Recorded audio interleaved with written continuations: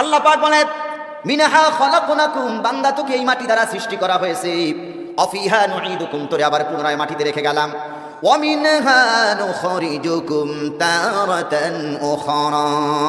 আল্লাহ পাক বলে আবার এই মাটি থেকে আমি আল্লাহ রাব্বুল আলামিন তোমাদেরকে জিন্দা করব। সুবহানাল্লাহ বলেন। মানুষকে কবরে রাখার সময় দোয়া পড়ি না আমরা?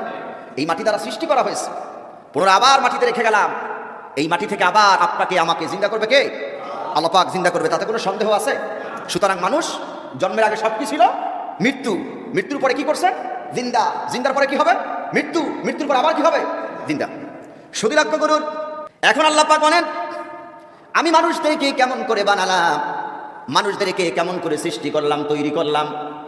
এই পৃথিবীতে মানুষ আসার আগে সবাই তো ছিল মৃত্যু। কোরআন থেকে জেনে নেই আল্লাহ পাক মানুষদেরকে কিভাবে বানালেন বা তৈরি করলেন। আপনি আমি ছিলাম পিতার ওভাম আর মায়ের স্তরমটজন শোকিত এবং ডিম্বাণু, এই দুটার ভিতরে আপনি আমি বিভক্ত ছিলাম। আল্লাহ পাক বলেন পিতার পৃষ্ঠদেশ থেকে আর মায়ের বক্ষ পিঞ্জর থেকে এক ফোঁটা নাপাক রক্তকে আল্লাহ রাব্বুল আলামিন মায়ের গর্ভের ভিতরে জমাট রক্তে পরিণত করলেন। এরপরে আল্লাহ রাব্বুল আলামিন আপনাকে আমাকে বানালেন। সুবহানাল্লাহ বলেন। পিতার পৃষ্ঠদেশ থেকে এক ফোঁটা নাপাক রক্ত আর মায়ের বক্ষ পিঞ্জর থেকে কয় ফোঁটা? এক ফোঁটা।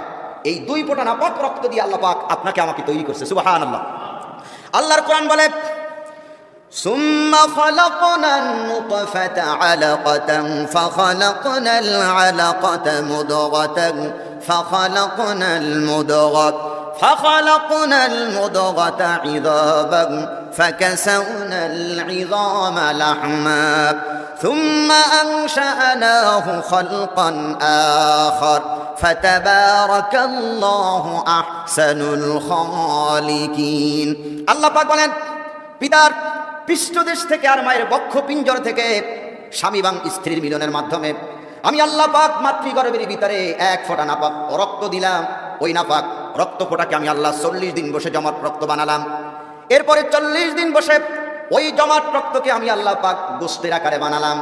এরপরে 40 দিন বসে আমি আল্লাহ পাক ওই গোস্ত টুকরার উপরে চামড়া দিলাম, রগ দিলাম, ছাউনি দিলাম। এরপরে আমি 120 দিন বসে আল্লাহ পাক মাতৃগর্ভের ভিতরে তোমাদেরকে বানালাম। জোরে কোন সুবহানাল্লাহ। কয়দিন? 120 দিন। 40 দিন বসে আল্লাহ নাপাক রক্তটাকে জমাট রক্ত থেকে আল্লাহ বানালেন গোস্ত, গোস্ত থেকে আল্লাহ তাআলা বানালেন মানুষের আকার আকৃতি বানালেন। মায়ের পেটের ভিতরে এমন একটা জায়গায় আল্লাহ পাক বানালেন ফি করারিন মাকিন, একটি সুরক্ষিত জায়গা, এমন একটা প্যাকেটের ভিতরে আল্লাহ পাক আপনাকে আমাকে বানালেন। সুবহানাল্লাহ বলি। যেখানে কোনো আলো নাই, বাতাস নাই, যেখানে ঠান্ডা না গরম না, অন্ধকার। আল্লাহ পাক বলছেন আমি 3টা অন্ধকারের মধ্যে মানুষদেরকে তৈরি করলাম। মায়ের একটা প্যাকেটের ভিতরে সুন্দর করে আল্লাহ পাক বানাইলেন ফি করারিন মাকিন, একটি সুরক্ষিত এরিয়ার ভিতরে, সুরক্ষিত জায়গার ভিতরে আমি আল্লাহ পাক মানুষদেরকে তৈরি করেছি। সুবহানাল্লাহ। সম্মানিত শুধু লক্ষ্য করেন আল্লাহ পাক বলেন তোমাকে তোমার মায়ের গর্ভের ভিতরে আমি আল্লাহ তাআলা বানালাম। কয়দিন পর্যন্ত মাতৃগর্ভের ভিতরে রাখলাম? 10টি মাস পর্যন্ত আমি আল্লাহ পাক তোমাকে তোমার মায়ের গর্ভের ভিতরে বানালাম।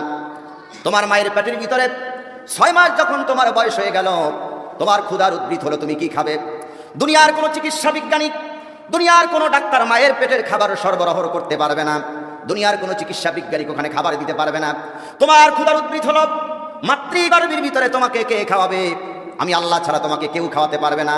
তাই শোনো বান্দা, কেমন করে খাওয়ালাম? তোমার মায়ের মাসিক অসুখকে বন্ধ করে দিলাম।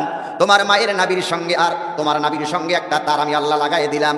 ওই তার থেকে আমি আল্লাহ পাক তোমার মায়ের নাপাক রক্তগুলো খাওয়ায়া মাতৃগর্ভের ভিতরে আমি আল্লাহ রাব্বুল আলামিন তোমারে বড় বানাইছি। নাপাক রক্ত খাওয়াইছেন আল্লাহ, নাভি দিয়ে পাস করছেন, মুখটাকে আল্লাহ পুত পবিত্র রেখে দিয়েছেন।